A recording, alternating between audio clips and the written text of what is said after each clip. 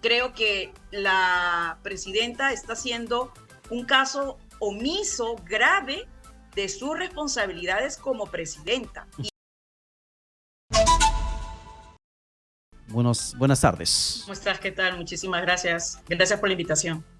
Buenas tardes. ¿Qué te parece lo que dijo la presidenta Dina Boluarte? Ella básicamente desmarca de cualquier responsabilidad legal que podría atribuírsela a ella por la situación de convulsión de las muertes y heridos que se han dado durante las últimas semanas.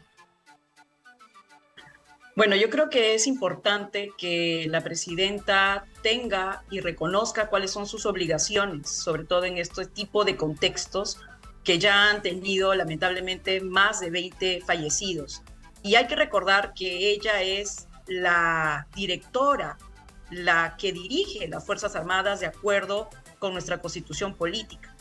Y no solamente eso, sino que a nivel internacional la responsabilidad de llevar un contexto social ordenado, protegiendo el derecho de la protesta e identificando individualmente a quienes realicen actos de violencia, es una obligación internacional del Estado, que nuevamente la presidenta Dina Boluarte representa y encabeza. Entonces, estamos hablando de responsabilidades penales, de responsabilidades constitucionales y de responsabilidades internacionales. Y por eso preocupa que la presidenta indique que no tiene responsabilidad alguna en lo que viene aconteciendo en el país y que está siendo señalado por diversas organizaciones de derechos humanos, pero también por los mismos participantes de las protestas. Claro, y aquí estamos viendo una vez más, ¿no? Lo que pasa, y eso ha pasado no solamente con la presidenta Boluarte, también pasó con Castillo, pasó con otros, cuando asumen la presidencia, toman el poder, pero no quieren asumir el pasivo. Solamente asumen el activo y el rédito político que pueda generarse, como cuando constantemente escuchamos a Castillo renegar, lamentar el gobierno que recibió, cuando era el pasivo de su gobierno y que él tenía que justamente tener que solucionar. Pero para entender un poco más el contexto, Cruz Silva, escuchemos por favor lo que dijo la presidenta Boluarte justamente sobre el tema que estamos hablando. Yo no voy a dejar de lamentar las muertes. Dina no ha provocado la violencia en el país.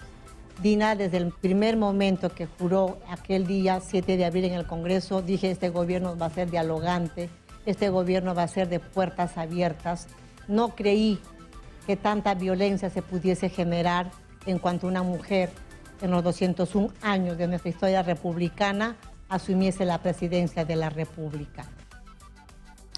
¿Sientes un aire de victimización que también está haciendo la presidenta Boluarte referente a este escenario de convulsión social que se ha pasado, se ha vivido en el país y aún está en tensa calma, Cruz?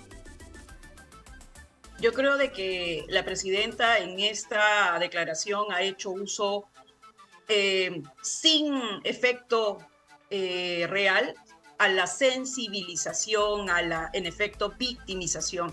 El hecho de señalarse como primero mujer o persona preocupada por las muertes y que incluso ha señalado su pésame por estas muertes, que en sí no son muertes de carácter natural, sino son muertes violentas e incluso que pueden ser consideradas ejecuciones extrajudiciales que han venido pasando en el país. Entonces, esta declaración de que yo no soy la responsable es un desconocimiento absoluto de sus responsabilidades. Recordemos que si es que las Fuerzas Armadas y las fuerzas del orden, incluido la policía, actúan de tal o cual forma, haciendo uso desproporcionado de la violencia, quien tiene responsabilidad porque lo permite, porque así está llevando adelante la estructura organizacional del Estado, son no solamente los comandos regionales de las Fuerzas Armadas, sino también las Fuerzas Armadas en sí, los generales, los coroneles y por supuesto la persona que está al mando de las fuerzas del orden, que es la presidenta Dina Boluarte. En todo caso, la verdadera responsabilidad que debería suceder es criticar y cambiar a los funcionarios que estando al mando de Fuerzas Armadas y de la Policía Nacional no han sabido hacer una protección de los derechos fundamentales de los protestantes y que finalmente hemos tenido este saldo de 20 y tantos fallecidos, muertos, ¿no? Entonces, Creo que la presidenta está haciendo un caso omiso grave de sus responsabilidades como presidenta. Y en efecto, y antes que digamos que sigamos conversando, yo quiero resaltar, el actual premier fue ministro de Defensa cuando comenzó toda esta grave crisis que involucran graves violaciones a los derechos humanos. Su responsabilidad política, además de la presidenta, involucra la pregunta ¿por qué no se cambió al ministro de Defensa? Y más ahora parece que lo estaría premiando con el cargo de premier. Claro, y ahora Cruz, ¿y ustedes no velan por los derechos humanos de los policías? Que hay varios que se encuentran en cuidados intensivos, varios lesionados de gravedad, y hay cerca de 300 efectivos del orden que también pudieron haber corrido la suerte de perder la vida. Claro que sí, como lo hemos señalado en diversas oportunidades, nosotros somos organizaciones de derechos humanos, los cuales obviamente les pertenece y las tienen todas las personas sin importar la función que ejerzan, de dónde provengan, el idioma que hablen. Y en ese sentido, lo del movimiento de derechos humanos está abierto y ha ido también a las reuniones, por ejemplo, que ha sucedido con la Comisión Interamericana en estos días, identificando y señalando la precariedad que el personal policial tiene al momento de enfrentar situaciones concretas como, por ejemplo, los bloqueos de carreteras que impiden el pase de personas que necesitan ir a lugares de salud, o, por ejemplo, las quemas de espacios públicos como los del Ministerio Público, los del Poder Judicial. Aquí yo creo que es súper importante, se tiene la percepción, el estereotipo, el prejuicio de que el movimiento de derechos humanos no se ocupa de los derechos de los policías. Pero hay esa percepción. En honor a la verdad, Cruz, en honor a la verdad y sin ánimo de faltar respeto a la labor altruista que hacen ustedes, pero hay esa percepción social de que solamente a la policía, cuando pasa una situación de ese tipo, se le estigmatiza, se le crucifica, se le sataniza, y no se ve que también detrás o dentro de su uniforme hay un papá, hay un hijo, hay un esposo que también sufre, le duele, pero que está cumpliendo con su función o cumpliendo órdenes que le están entregando. Porque no creo que un policía amanezca y diga, hoy día voy a matar, voy a jugar matapato. No, no existe eso. Son situaciones fortuitas a las cuales ellos mismos también se ven obligados o forzados a participar porque están cumpliendo el mandato constitucional del orden interno que tienen que salvaguardar. Y muchas veces solamente nos enfocamos en los derechos humanos y, qué cosa que está bien, en las víctimas de las protestas de la parte civil. E ignoramos la parte de los uniformados de los policías que, reitero, Cruz, son estigmatizados y casi nunca visibilizados como seres humanos.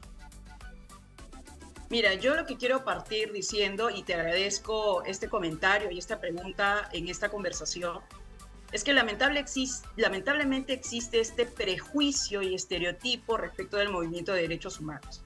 El movimiento de derechos humanos no solo trabaja a favor de la defensa y los derechos fundamentales del personal policial y de las Fuerzas Armadas en momentos como este, de crisis, sino que históricamente ha propuesto reformas en el sistema de las fuerzas policiales y armadas para que a los propios reclutas, por ejemplo, se les defienda en los momentos en donde son agraviados en casos, por ejemplo, de tortura. El movimiento de derechos humanos ha no solamente hecho propuestas de políticas públicas para democratizar y promover los derechos fundamentales de los integrantes de las fuerzas del orden, sino que ha llevado casos paradigmáticos en donde personas que han estado en el servicio policial o militar han finalmente sido torturados en ese reclutamiento. Hay un caso famosísimo, el caso Indalecio Comatanta, que justamente hoy hemos recordado en este escenario, porque en ese caso Indalecio Comatanta se habló que el fuero militar no era competente para ver los casos de asesinatos en medio de la protesta, por ejemplo, y en manos de fuerzas del orden. Pero retomando el tema del prejuicio, yo creo que ese ha sido un prejuicio alimentado por personas que primero desconocen lo que hace el movimiento de derechos humanos y segundo, que tienen un interés político de que ese estereotipo y prejuicio se mantenga.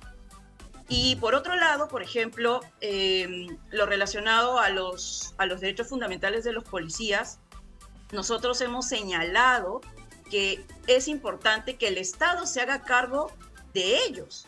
Pero el problema es que finalmente no hace caso en esas reformas estructurales. Por ejemplo, el presidente Castillo tuvo la herencia de una policía muy mal, digamos, reforzada, desprovista, frágil, y no obstante esa herencia no hizo acciones políticas definitivas para cambiar este estado de la cuestión. Entonces, yo quiero ahí comentar, es importante que se sepa qué es lo que ha hecho tradicionalmente el movimiento de derechos humanos, los casos que ha llevado en litigio y sobre todo las propuestas que de políticas públicas existen. Pero nuevamente, eso no se ve, no se recoge y solamente se focaliza lo que el movimiento hace en momentos de crisis. Y es razonable que el movimiento hable de los civiles porque lamentablemente son las personas que, además de los policías, en mayor cantidad sufren las graves violaciones a los derechos humanos y justamente es el escenario que ahora estamos viviendo. Bien, Cruz Silva. Muchas gracias por la comunicación. Que tengas buen día.